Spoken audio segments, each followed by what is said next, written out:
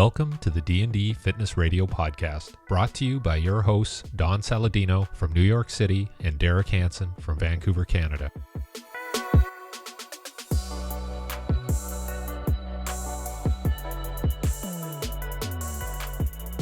How you doing, Dave? D, you look weird. Did you get a haircut? I got a haircut. I still got hair. It's a wicked hairline. Yeah. I I'm like, love it. I love it. And that's said with complete jealousy on my behalf. Mine's Oh my eroding. God. well, yeah. I'd be like, oh God, I think I'm getting a few gray hairs. I think I'm like losing a bit. And people are like, fuck you. Yeah, exactly. So, All right. So this is I don't want to say I'm frustrated, right? I don't want to use that word. I don't know if it's frustration, but I also think it becomes a bit of a cop out at times, right? Now, so I understand pro bodybuilders, world-class powerlifters are going to take things to compete at a specific level, right? Absolutely. Yeah. Okay, it's going to happen. And though it's not something, and I think everyone realizes, and you can attest to it, I've never taken it. I'm not ever going to claim that I think I'm any better than anyone else. Okay, so I want to go on record to say that. But And I can go on record what? to say that I've taken everything, Okay. and I've been an open class bodybuilder, and I also have a kidney transplant as a result of said sport. Okay, and thank you for, but I never want to go and try and, well, I'm better than anyone. No, I'm not saying that. This is a choice. I buried my best friend and my head trainer back in 2010. Became addicted. We couldn't get off specific substances that were not recreational, that were performance enhancing. And when we found him dead and we had an autopsy done on his body, because I had to claim rights to his body because he had no family. Otherwise, they're going to bury him in Plover's Field. His testosterone was north of 3,000. Okay, so these are things that I needed to know and find out about as peace of mind. What I think is where I'm really scratching my head now in the industry are people who are just immediately going to this with no real, I don't want to say plan, but no real reason. I just want to bodybuild. Well, do you want to compete at a high level? No, I just want to bodybuild. I'm going to get on drugs. Or I just want to look good and I'm having a tough time putting on muscle, so I want to take drugs. Or I have been, I feel worse and worse because I'm aging and I just want to take drugs. Or how do you categorize it? And how do you separate, like, hormone replacement therapy, testosterone? Well, it's testosterone, it's not a drug. What is it? Like, can you first, Dr. Jackson, and the reason why I'm not doing an intro is everyone knows DJ. He's been one of my close buddies, and he's been on this podcast plenty of times. Can you please start breaking down the categories first? So people understand what these things are. Some stuff, it's like, oh, but it's this. I'm just taking a little bit of tea. You're laughing, but right? I actually did a post on this not long ago, actually. Let's go. I'm going to shut up. So there's TRT, right? And then there's TRT. What does that mean? Right. And so for, medically, there is testosterone replacement therapy. It's got guidelines that surround it. There's, hallmarks in lab work that tell us that, you're hypogonadal. There's behaviors that tell us that you're hypogonadal. So, we're low testosterone. Some people will experience symptoms of low testosterone at a different level of testosterone in the blood than others.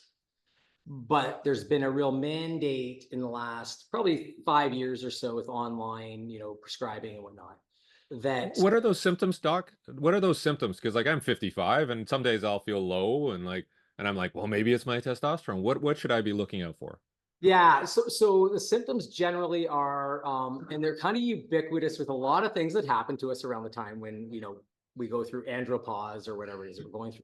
A lot of them, lethargy when we wake up, not feeling that drive. The first symptoms really for most are lack of sexual desire, lack of sex drive in general. And then when men start to feel that, then they start finding, oh yeah, I'm having trouble sleeping, you know, I'm having trouble focusing at work. My workouts are, you know, feel much more intense when they really aren't, and my recovery is much less. And it's really just a kind of a mixed bag of symptoms that we feel that make us feel basically less energetic in several aspects of our life, whether it's sexual energy or training energy, or just being able to focus at work. The problem is that within all that, there's also the fact that our stress and everything over time, as we get older and in this phase of our life, becomes a little less easy to manage. So we have, you know, kind of a couple of different things coming into play. So a lot of people jump on the testosterone wagon right off the bat. Would excessive delayed onset muscle soreness after workouts, would that be another one too? Yeah, and that would be like that lack of recovery. Yeah. And you know, a lot of us find that. I'm 52, and I'll find that my DOMS starts 2 days after, but it seems to kind of stay in the heavy DOMS period for 3 or 4 days, instead of it kind of incrementally going down over 3 or 4 days. And so that is another one that can, you know, that could be a symptom of a, you know, low testosterone level. So, but what does that mean? What is low testosterone, right? And so we can't really say that we have low testosterone without actually getting blood testosterone measured. Mhm. And generally speaking, it's the free testosterone or the bioavailable testosterone that's really doing the job. And so there's a lot of things that happen as we age that can decrease that free bioavailable testosterone. And one of these things is SHBG, or serum hormone binding globulin. And it kind of just basically binds to testosterone, and then it can't do its testosterone thing at the testosterone receptors. All right. So now we have, and you have not categorized all the different, you know, what I want to say, substances that you can, that someone can take, where they can enhance themselves with, right? This is where my question is. Many people are immediately going to this as their immediate solution. Right. Immediate. I'm using the word immediate a lot. People are going to this as their solution. Like they're immediately like, I don't feel good, and I'm going to go take this. Right. Yep. Without, or go get some blood work done. Or go get some blood work done, and the doctor's going to say, you need to take this. Now, there are many doctors out there that are looking at this as, oh, well, this can help improve things, but isn't it just a Band-Aid? Well, it really depends, right? Okay. So and this is where kind of the real, probably the meat and potatoes of this podcast sit, is that when we age, first of all, there's a natural progression for us to, you know, have testosterone get lower, number one. But buried within that are the lifestyle factors that are really hard on our free testosterone levels. And so what with any of my clients that I work with, you know, that are in this age group, which are mostly, you know, 40 to 60, say, generally, you know, it starts with blood work, and we take a look at things like luteinizing hormone, which is the signal from the brain to the testes to produce testosterone, to the follicle stimulating hormone, which is how we get sperm and everything else within that ejaculate. But then we also look at our free and our total test, estrogen, progesterone, you know, other hormones, and then we look at this SHBG. And the key here really is, when we look at these signals, we have to understand, is it a problem the brain's not telling the testicles to do their job? Is it the testicles are doing a great job, but the serum hormone binding globulin is really high, and it's making our total test that looks perfectly fine, make our free test low? Or is it the fact that we actually have hormonal imbalances by having, say, high levels of estrogen, despite the fact that, you know, testosterone looks relatively normal? And when we look at the big picture, in most cases, when men are complaining about this andropause and they want to go on TRT, they probably haven't optimized their diet. So they'll say, well, I've been dieting for years. Well, very low calorie diets drive down testosterone. And I have to jump in there because it's fascinating. And I've been doing this now almost 30 years, meaning training, right? It's fascinating how people will turn around and think that they're eating well, or because they're eating the right foods or making the food choices. But that is such a small portion of the equation. If you are in this consistent caloric deficit, which we're all told to be in, by the way, every nutritionist who comes on is saying, you want to lose fat, you've got to be in a caloric deficit. So now we're telling society that you have to deprive yourself of calories, energy. Yeah. Day in, Day day out. And the thing that I look at is like, well, let's look at the volatility and how they're feeling. Where's their blood sugar at? Where's their fiber at? Where are their three macronutrients, protein, carbs, and fats? And then where's their fiber? Are they satiated? And when they're always, feeling like they need to binge, or the evening's coming around, they're overeating. Like, this is yo-yo dieting. This is traditional yo-yo dieting. What we are telling, not us, but what we are telling society today to do is, if you want to burn fat, you need to be in a caloric deficit, which in the long run can do what to us? Well, if we're in caloric deficit into perpetuity, then the body's natural response actually is to lower testosterone, especially when fat gets really low. We need a relatively good amount of fat, 20 to 30%, 20% at the very least, in order for us to produce the right amount of testosterone. But where the biggest issue comes in is that all these things happen at the same time. So the person is working with a trainer, they're in a very low calorie diet for a sustained period. They lose their first 70 pounds. They're very, very excited about that. And then all of a sudden weight loss halts. Then the coach says, well, let's get some labs done. They look at testosterone, it's in the tank. They're like, well, there you go. That's why you're not losing any weight.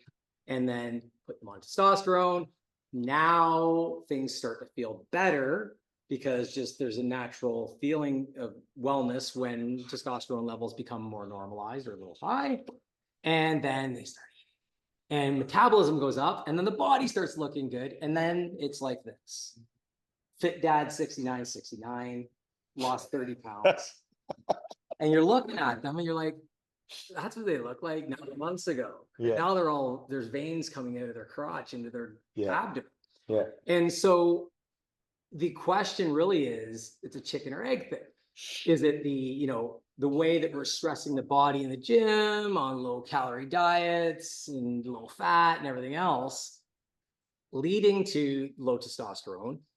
Or is it all these guys are coming to the gym, working out with low testosterone, reaching some, pinnacle of their fitness that they can't move through, and then they take testosterone and that gives them the push over on the edge. And so really, if you haven't got, to use Don's terms, your side of the street cleaned up. So, it's going to be, is your diet calorically abundant enough to support the work you're doing in the gym, so that you can push the needle on your training, especially resistance training and HIIT style training, sprinting, these kind of things, because those drive testosterone. Are you supplying the substrates for energy and testosterone production? Because if you aren't, then there's the first place we start. Second, are you doing copious amounts of cardio and running while in very low calorie diet, on a very low calorie diet, especially low fat, because we know also that's going to drive it down. So if we just back off a little bit, rest a little more, can we recover things? Something as simple as vitamin D levels, vitamin D3 levels, or 25 hydroxy vitamin D in the blood. Is that sitting in the normal range? A lot of times, we're going into winter right now, people forget, they're keeping their D3 at a nice high level at 2000 IUs a day with their, whatever it is they're using for vitamin D3. Go into the dark winter, a little more cooped up, and then they start feeling that low testosterone stuff. Vitamin D3 is a miracle a lot of times when it's low. So there's a lot of things just within that lifestyle stuff, alcohol, sleep, everything else, that if you don't have that, I hate to use the term optimized, but if you don't have that in check, then really starting a series of testosterone replacement therapy isn't where. But that's but this is where I wanted to get to. And this is why I'm shutting up right now. Derek, I'm going to kick it over to you. No one does. No one does. I want to find out what percentage of people have gotten on some form of hormone replacement therapy who has honestly maximized all these other categories that we talked about or came close to it. Or then listen, I am not saying for a second that there aren't certain people that need it. A buddy of mine who's a war hero, he was on stage the other day, he's been promoting it. He was blown up in Afghanistan, shot, whatever it was, 9, 10, 11 times. Yeah, I would say he's a candidate for it, right? Like the guy's, in his mid to late 40s, he's a candidate for it. Well, it's totally legitimate, but let's delineate between clinical testosterone replacement therapy and testosterone replacement therapy, because there's kind of a disconnect, and I guess actually they've been connected. And what's happened is that you can do TRT, testosterone replacement therapy, by either buying illegitimate sources underground for your testosterone and do it yourself, or you can go into some clinics, and there are lots that are great out there that are for this, but there are some other ones that really are just a front for pushing high levels of testosterone. And TRT, true TRT, generally sits around 50 milligrams of testosterone, say cypionate per week, up to say 150 milligrams of testosterone cypionate per week. A lot of guys are on TRT and they're sitting at 250 to 300 milligrams per week of testosterone. And this is super physiological. It's what I put my pro bodybuilders, or at least they put themselves on, and I watch them when they're in the off season. So it's a big jump, and you see it in the labs. So, if their body fat levels are high to start with, they're going to be chewing up a lot of that testosterone anyway, because there's a lot of aromatase in the body fat. And that then takes testosterone and then creates estradiol from it. And so what we find a lot of times is people that are on TRT or non-clinical TRT tend to actually be on bodybuilding ancillary drugs also, where they're taking estrogen inhibitors and all kinds of other stuff. So it's become kind of a buzzword for, I'm not on the stuff, I'm just doing TRT. And then that's kind of the people the groups that we're talking about in here, because yes, it's a clinical issue. In obesity, it's a real problem. And it's really hard for people, who are carrying a lot of body fat to be able to push the needle on their weight loss and everything, because their testosterone is such in the tank. Sure. That they do truly have these issues, right? Right. Or even, people just can have pituitary issues or testicular issues or anything else. So thank God we have this. Sure. D? So, yeah, a lot of information there, very helpful.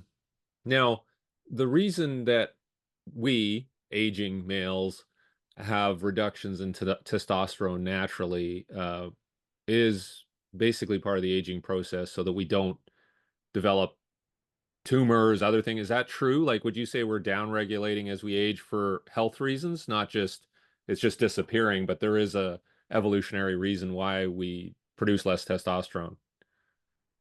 So evolutionary, but not, there's no clock. Okay.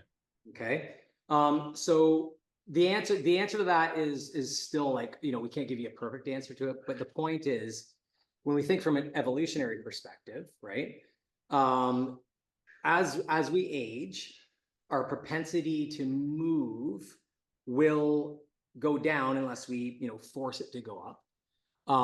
And with that, then our propensity for lean muscle mass is down. Sarcopenia is something that occurs, around 50. That is, a loss of muscle mass that's not explained by anything else but age. And I studied it for like 3 years at Yale trying to explain it. And there's really not much of an explanation that we can find for it. So we also have this loss of muscle mass that occurs in the face of the testosterone, but it's not just explained by this andropause that we go through. So when we look at the aging factors, what we're really thinking about when we're talking about like, is this an evolutionary thing? Is prostate cancers, for example, is one of them. Sure. Right. And again, did the body select for that, for us to have a less chance of getting prostate cancer by lowering testosterone? I don't think that's the case, but I do think that it's a really nice evolutionary coincidence that the mechanisms for creating cancer cells go up as we get older because of genetic blips and bad photocopy errors in our RNA and DNA. And our testosterone goes down naturally, so we don't stimulate those prostate cells that then divide more rapidly and have more chances of having bad ones grow. So yes, and that's why part of any clinical regimen of TRT involves, regular prostate checks, measuring prostate-specific antigen, and also, doing some finger poke assessments of the prostate itself. So I want to break this down categorically now, and I'm not getting right to the meat of this, but I'm just curious. When do you feel like it's okay for someone to take or get on hormone replacement therapy, and when should they be shying away from this? Or maybe at least exhausting other areas first. Yeah. So if someone is first off, going and seeing their primary care physician, they do some lab work, and they've had depression, they've had a whole bunch of issues that have just kind of reared their head in the last year, and all of a sudden they see that the testosterone's in the tank and like very low, totals low, free's low, SHBG's high, estradiol's high, and progesterone's all over the place. If we have a situation like that, then this person is definitely the perfect candidate for testosterone replacement therapy, but it's their choice, right? We didn't have this available to us. Yeah, but what if someone is not exhausting all the other avenues with their lifestyle? So let's say they're out drinking alcohol, 4 or 5 nights a week. Let's say they're getting 5 hours of like mediocre sleep. Let's say they're in a high stress environment. Let's say they have a poor diet. Are you immediately telling them to maybe consider this? Or are you telling them that, well, maybe we should start exhausting these other avenues first? Yeah, absolutely not telling them. In my coaching realm, I start by, controlling all the variables that we can, so that if we have to do testosterone therapy, it's going to be the least dose, like the minimal effective dose, because then we're going to have the minimum side effects. Right. And so, diet, like I said, caloric intake's really important. And then obviously the type of diet that you're eating. So you should be eating a mixed diet that's got an abundance of antioxidants and everything else, because as we age, it's not just testosterone that becomes an issue. It's, issues with oxidative status and everything else. Is your training too heavy, too little, too much? Is it, how is your training designed? And are you feeding that training properly? Right. And then obviously sleep and stress play the biggest roles. Like there's very few men out there that aren't on TRT that can undergo, multiple levels of stress at say 50 years old. So they might lose a partner from a divorce. They might lose their parents. Their job might be getting on the edge. All those stresses become more and more and more. Are we handling stress better? Because by just doing TRT, it's not going to help with those stressful situations and creating stress resilience. And then are you a healthy body fat? Because if you're not a healthy body fat, if you're sitting at 30, 40% body fat, any testosterone that you're taking is going to get chewed up by those aromatases that I talked about, body fat. And that means you got to use higher doses of testosterone in order to get the same desired effect. So really, health is key here. If you aren't focused on your health in all those aspects we just mentioned. Yeah, but it's also kind of broad what you're saying, right? Because in one sentence you're saying that, well, you know what, like, yeah, you could be a candidate for this, but we need to first lead by saying everything else. Like if you've exhausted these areas and you've really put your time in, and it's someone like me, honestly, someone like me who's been living this for 30 years, and then at a certain point, things are just tanking, and there's like no, like, okay, maybe you think about that, but I've seen people in their mid to late 40s improve levels without taking anything. I've Oh, yeah, seen well, this. well, you will. I've Not seen everybody, this. not everybody needs I've to. seen this improve. Like Yeah. I think I was in way more. I want to say I wasn't as good of health when I had Drive open because of the 3 hour commute, the lack of sleep, the level of stress, the commute in and out of the city every day. And then when I exited from there and came here, and my lifestyle drastically changed from 3 a.m. wake ups to 5:45, 6:30 wake ups. Do I think that's why my T drastically improved? Yeah. Would some people say, well, was it the plunge? Was it the sauna? Was it the fact that you were, it's probably more the sleep and the stress. Are those things maybe going to be the sprinkles on the, maybe, but I'm not putting it on that. I'm putting it on these other things. So my frustration, all this is that I feel like the majority of the people out there are just using this, or they're just jumping on it like it's a vitamin. Like, oh, it's a multi, like I need that, like multi, okay, let me just take it. And I'm like, no, but you're not paying attention to these other areas first. Now, why does this bother me so much? Why? Because we've seen a lot of people have health issues when they've abused certain categories or certain areas. They've abused that, and what ends up happening is, tell us. Well, we have cardiovascular issues, we can get kidney issues, we can have relationship issues if things get a little bit too far, because it's, if you're not dealing, with a clinic and you're dealing with the guy on the street, he also has a whole bunch of other good stuff that you can utilize too, right? Other anabolics and these kind of things. I had a bodybuilder recently who was she's on remission. She was diagnosed with cancer. And I am not saying this. She said this, but she said, no, I've 100% developed cancer because of the performance enhancing drugs that I was on in my career and how I abused that. And I'm thinking to myself, well, how do you know it was from that? Maybe she already had cancer. Did this multiply it? Well, it's always a predisposition, because as soon as you turn on metabolism, like the whole key to anabolic steroids aren't like you take them and you grow, right? And this is one of the biggest misconceptions. Yes. You have to be able to, what they do is they provide a background of hormones that allow the person to push harder in the gym, eat more, and then turn more, have a higher rate of cell turnover. And when we get high rates of cell turnover, then we get a greater propensity for when that cell turns over, the DNA can be, like I said, photocopied wrong.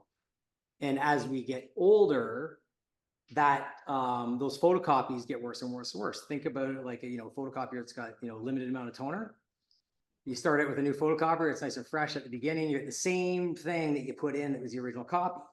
But by the end of 7-8 months in photocopier life, you're like, was this the one that had the spelling error on it or not? This happens with our genes. And so when we use any sort of anabolic agent, it's anabolic. It's going to build, it's going to turn cells over faster so that we can grow things quicker. And that allows us to go into our catabolic stimulus, our workouts and everything else, in a state that we can push harder, tear more stuff up, repair it faster, and build faster. And so, yes, there's no question that, everything from testosterone through the growth hormone can exacerbate an underlying condition that's going to be sitting there. Or in the case, like Derek was saying, when we're talking about prostate, it can actually be the catalyst that drives prostate cancer. And that's known because what's the therapeutic strategy for prostate cancer? Well, it's basically a chemical castration or pharmacological castration. So you reduce your testosterone. So really, at the end of the day, is it a healthy practice for those that need it? Well, I do believe that under the right supervision and everything else, and by right supervision, we're talking about clinically prescribed TRT under monitoring of your physician with regular blood work, it can make a big change in people's lives.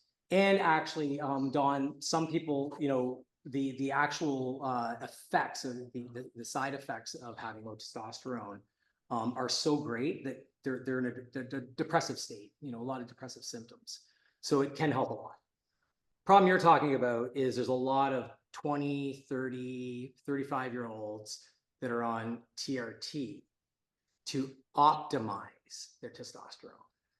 And I don't know if they know where their optimization sits, because the range for testosterone is so wide. It's crazy. Because each human has a different, I guess, a phenotype for being able to utilize the testosterone they have on board. So that's where the issue really lies, is in those people that are trying to optimize testosterone and utilizing it in for most of the wrong reasons, and those would be aesthetic more than anything, not even performance, but aesthetic. Dave? Yeah, and can you talk about when people, like, because I know a lot of people who are in the situation where they maxed out, I mean, basically things shut down when you provide exogenous testosterone, your normal production just is eliminated, and then they can't start it up again once they go off. Can you talk about that and how people will lose their ability to produce their own testosterone? Yeah, and actually I work with a lot of people that have to get off TRT, because this is the other interesting thing. Even if it's clinical, there comes a point, a decade in or so, that their hematocrit's going up too much, because so the amount of red blood cells in their blood goes up too much, and it's happening too fast, that they're constantly getting phlebotomy and giving blood to get rid of that. And their prostate's acting up, so they probably should start worrying about that, because their dad had prostate cancer or whatever. Cholesterol is another one, right? It decreases HDL, the good stuff, and raises LDL cholesterol. So when we start seeing those things happen, a lot of times people want to come off. The young guys, they want to come off when they want to have babies, and I help a lot of bodybuilders with this. So there will be a refractory period, no matter what, when you come off testosterone therapy, because, or whatever you want to call it. Because you've shut down it's a feedback loop, and you've shut down that luteinizing hormone that drives the testes. There are ways actually for us to be able to bring back testosterone levels, which involves a lot of dietary manipulation, but also utilizing some innovative drug strategies to basically turn the testes back on and allow for that loop for luteinizing hormone to start firing back up. And it takes, anywhere from 16 to 20 weeks. And generally speaking, if someone hasn't abused steroids for, decades, and they've just had TRT, we can get it back relatively quickly and to really good numbers. So I have quite a few clients that I've worked with on that stuff. So in reference to a lot of these clinics, there's so many clinics out there right now that are, I guess they're collabing with other coaches, they're bringing people in, they're analyzing bloods, and they're making a determination whether an individual needs to be on it or not. So you would hope that this is something that they're doing ethically, they're taking a very responsible approach to. But like any other business, you need to optimize You need to sell your, peptides. Yeah, like another business, you have to have peptides. you need to make sales. So I'm starting to hear that a lot of these clinics are there's that line that's drawn on whether you need it or not is really beginning to get blurred. Yeah, it's actually really blurry. It's very blurry. In fact, and when we say this, what do we mean? Where if there was a hard line of like you need it or you don't need it, now it's become like, well, it's okay, but this will give you a nice little boost.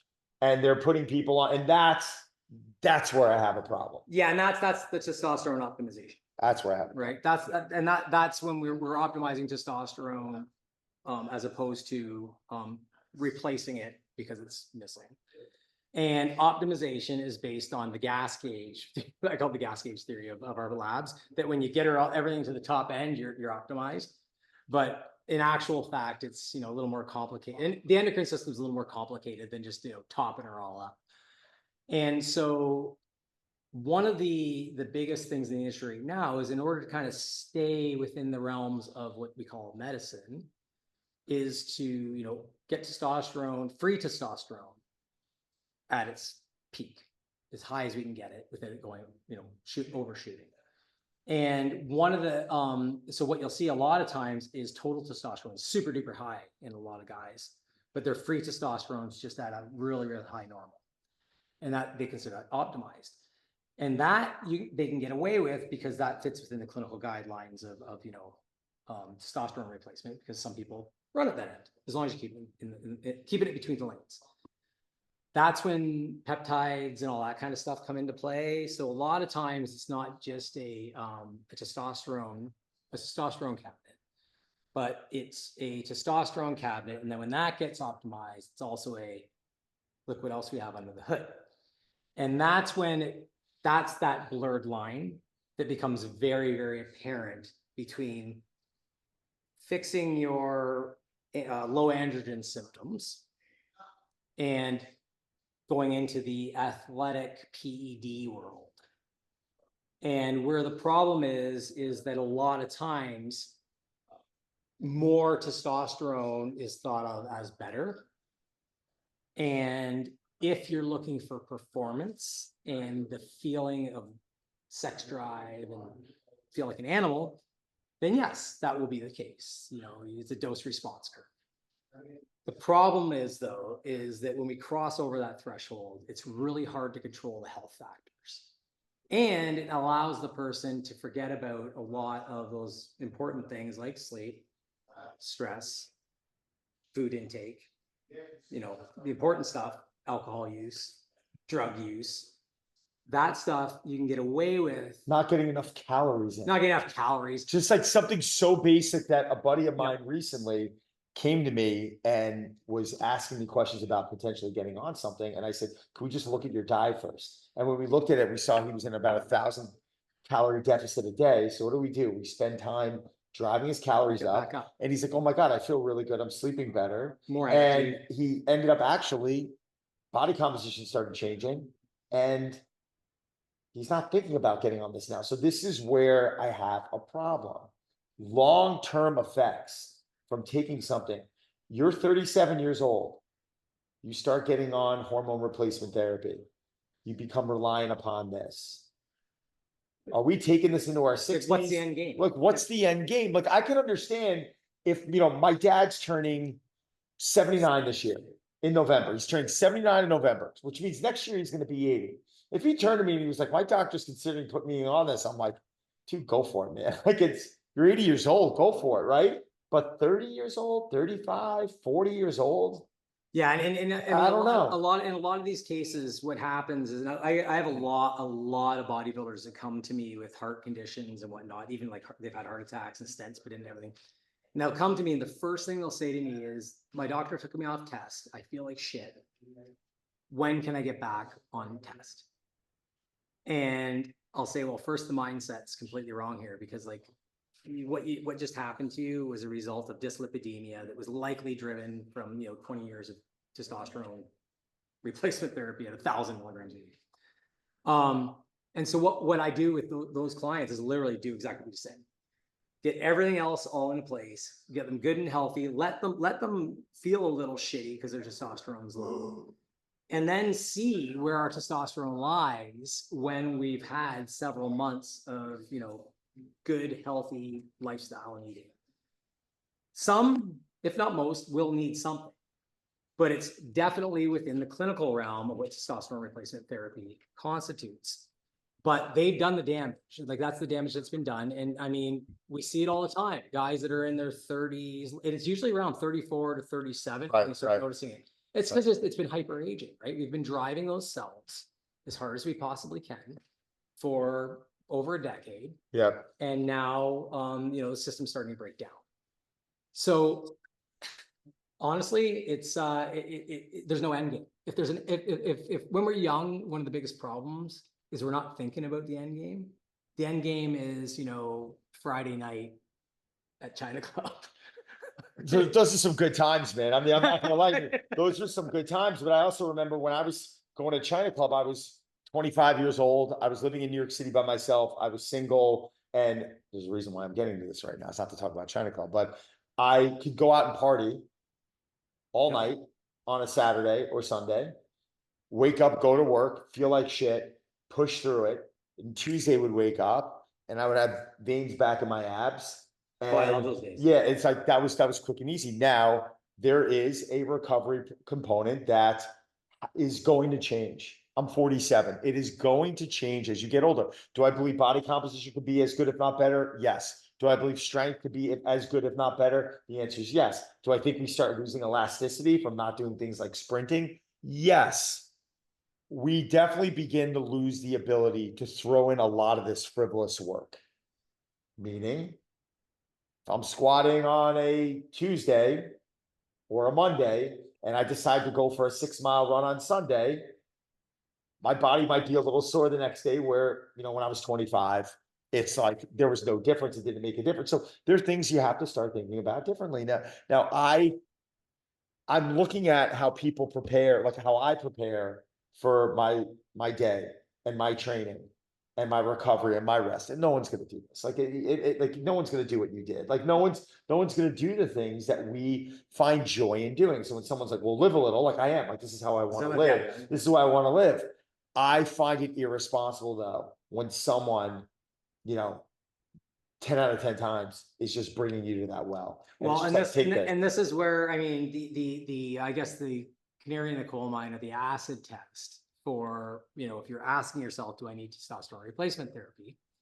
Is it a reason because of a feeling you have? Or is it a reason because you have body dysmorphia and you have a feeling? Right. So are you seeking testosterone replacement therapy because you want to have abs? You probably should get the abs first, because it's definitely possible even with low testosterone. But if it's affecting your life where, you're no longer having sexual intercourse with your partner, you are irritable and tired all day, and the only explanation for this, you haven't changed anything else, you're eating well and everything else, is age. You go to the doc, you get tested, and if your testosterone's, significantly low, then it's probably a good clinical reason to be taking it. But the problem is that all of the, like you said, the influencers, everything that are pushing it are aesthetic based. These are not influencers that are running around being healthy. And I've lived, like I said, I've lived the life. I've lived as a pro motocrosser with a very, very high aerobic capacity, bodybuilder with no aerobic capacity at 260 pounds in an open class and using a whole bunch of drugs, steroids and whatnot. And then now, the lovely part about having a kidney transplant is the governor that you get from having that. If you want to survive and live a full life, which you can perfectly and be healthy, you now have to put all of your ducks in line, and you can't fuck around with anything because you got a beautiful gift inside you. And that's when, it becomes apparent in a person like me who can train hard still, go out and snowboard, surf, mountain bike, do all the things I can do, stay in shape. Yet, you want to know what? My testosterone generally hovers on the low end of normal. Sure. And the drugs I take, they're mTOR inhibitors. They actually stop anabolism. So, but you just have to do what you need to do, and it still works out. And mentally, I'm perfectly fine. Right. Right. But there are times, and I will say this to the listeners because it's really good for them to understand, that if I go into the wrong atmosphere, so if I go into Bev's gym, automatically my workouts change. My the way I look at, like, I start thinking like, man, if you I miss this. Oh gosh, I miss this. Yeah. That'd be kind of neat to look like that. And it's funny. So it's not like you don't feel it, but when you that's the ticket. Right. But really, at the end of the day, I'm in the best shape, really, of my later life anyway. I was younger, I was a lot better shape, but I'm in the best shape of my life. Yet I have this, 3-pound piece of meat that my buddy gave me in my belly that's controlling my hydration and blood pressure and everything else. So you can do it without, the testosterone replacement, in a lot of cases, if it's aesthetic, it's a scapegoat to get somewhere quicker than you need to. And you'll pay for it. We always have to pay for the thing that happens fast. That's what I think. That's what. Derek, go right ahead. Sorry, buddy. Well, yeah, I mean, I'm such a proponent now because of obviously my relationship with Don of you don't leave any stone unturned, right? Because when you're like, as I'm aging, I thought like, oh, I don't have energy and I feel kind of low and it's just because I'm aging, right? When in actuality, my training wasn't great. Like I would do the weightlifting and I would sprint and stuff, but I was lacking a lot of the aerobic stuff because you're thinking, well, you don't need to do aerobic stuff. That's for wussies, right? But then I have a friend who used to work in Major League Baseball, and he looks at injuries and he looks at muscle oxygenation technology, and he's finding that all these guys that are getting injured have poor blood circulation because they're not working on that. They're working on batting, throwing, whatever, but they're not working on their energy system development. So I'm like, oh, so I started doing 2 5K runs a week, maybe 5 to 7K, zone 2, easy, and guess what? My knee pain went away. I sleep better. I have more energy in my weightlifting workouts. I just generally feel better.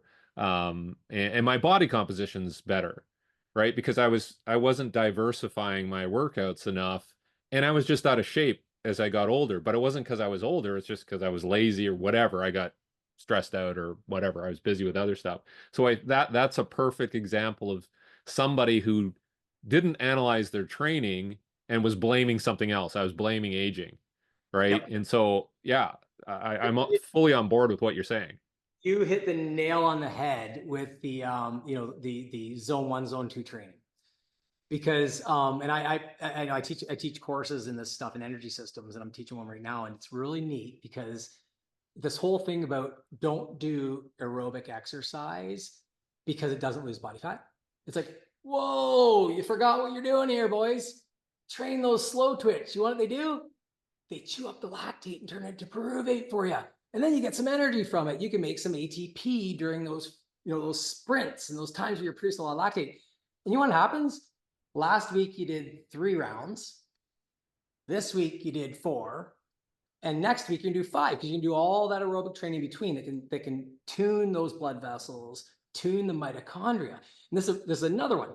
Mitochondrial health, right? Everybody's looking for NMN. Everybody's looking for all these things that help with mitochondrial health. Go out and run around. Yeah. For a longer time. Yeah. And then you'll get the mitochondrial health, and that helps with aging. Then we start seeing the testosterone. But we can even put we could put on size if we have better mitochondrial health, right? And well, you can push harder in the gym and just eat more. Yeah, it's you just at the end of the day, you really need a well balance of training. Okay, you need, when it comes to nutrition, you need a well balance of different types of foods for your gut, different textures, different colors. It's like come on, like let's but this is, for me, what I want to ask you is, what is health, right? Like, I think that's a big question, because I have a lot of people I'm friends with that are very heavy in this area and their body composition is looking great, but you're seeing things with their skin, you're seeing things with how they're aging, they're just seeing how they carry themselves, and it just doesn't look healthy. Yeah. So what is health? Just because you get on something, does that necessarily mean you're going to be healthy? No, it actually kind of means the opposite, right? Like, exactly. So funny, right? Health's pretty easy to define when we talk about span. So we talk about lifespan. Oh yeah, humans will live to 80 years old or whatever like that, right? But health span is living to 80, and then on your 80th birthday, you ran an ultra, you sprinted a 9.5 second 100 meter, and you had, I'm not going to say what else, but you had the best time of your life with a bunch of people that you wanted to have fun with, and you died of a heart attack doing it. And that's health span, right? We all want to live right to the end, doing everything that we possibly can, and then die in our sleep. And so that's what everybody should be aiming for, is being able to perform as a human until that day they fall off the cliff. But that day they fall off the cliff is not in their 30s or 40s and saying, well, I lived a really good one because there was a lot packed into a small period of time. But rather, and I see it all the time where I live, because I live on the far side of, I don't, Derek, if you know this, but I moved to Ucluelet, Yep. So I'm on the far side, right? And we did that on purpose. And it's really cool, because when you walk around there and you're on the trails, you'll be behind a couple and be like, wow, bet they must be 60 years old, and you get 5 of them, and they're 2, Scandinavian people with poles, and they're in their 90s. And the wife's got a tight butt, and the husband's got perfect posture. They're not huffing and puffing. It's like And- Dumb and Dumber. He must work out. Right, exactly. Exactly. But there it is, right? There it is. And anybody who denies that that's where they want, like if they say that's not where I want to be when I'm 80 or 90 years old, Of course, they're full of shit. of course. And so denial is the biggest thing in our aesthetic sport world. When No one's thinking about the long term though. They're really not no one. Most people are thinking about the moment. How do I get here now? Let me deal with and in front of me and now. it's mostly aesthetic, right? And I know this from doing aesthetic sport for so long, because now I want to zig left and fake a left and go right.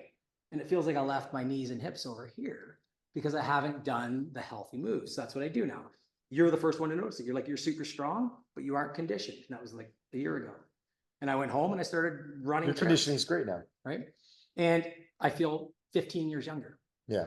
And that's, like I said, with kidney transplant on board, handfuls of meds every day to keep my immune system suppressed. And I'm, living healthier and more vibrant than anybody I know actually that's in my group.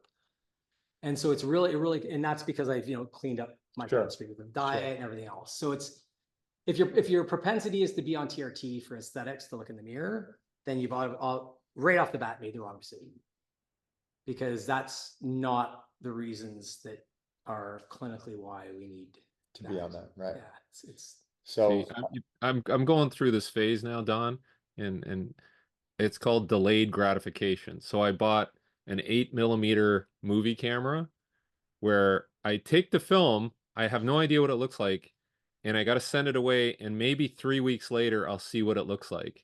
Right? So I'm going back to film with the still camera and movie camera because I want to be patient, and I want to see the effect of my work later on, right? So that's what I think people need to embrace: delayed gratification. Where are you getting it developed?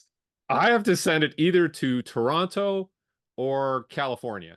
So, and it's $50 per cartridge, 3 minutes of film, and it takes another $50 to get it developed and scanned. And so, like, yeah, it's 3 minutes per $100.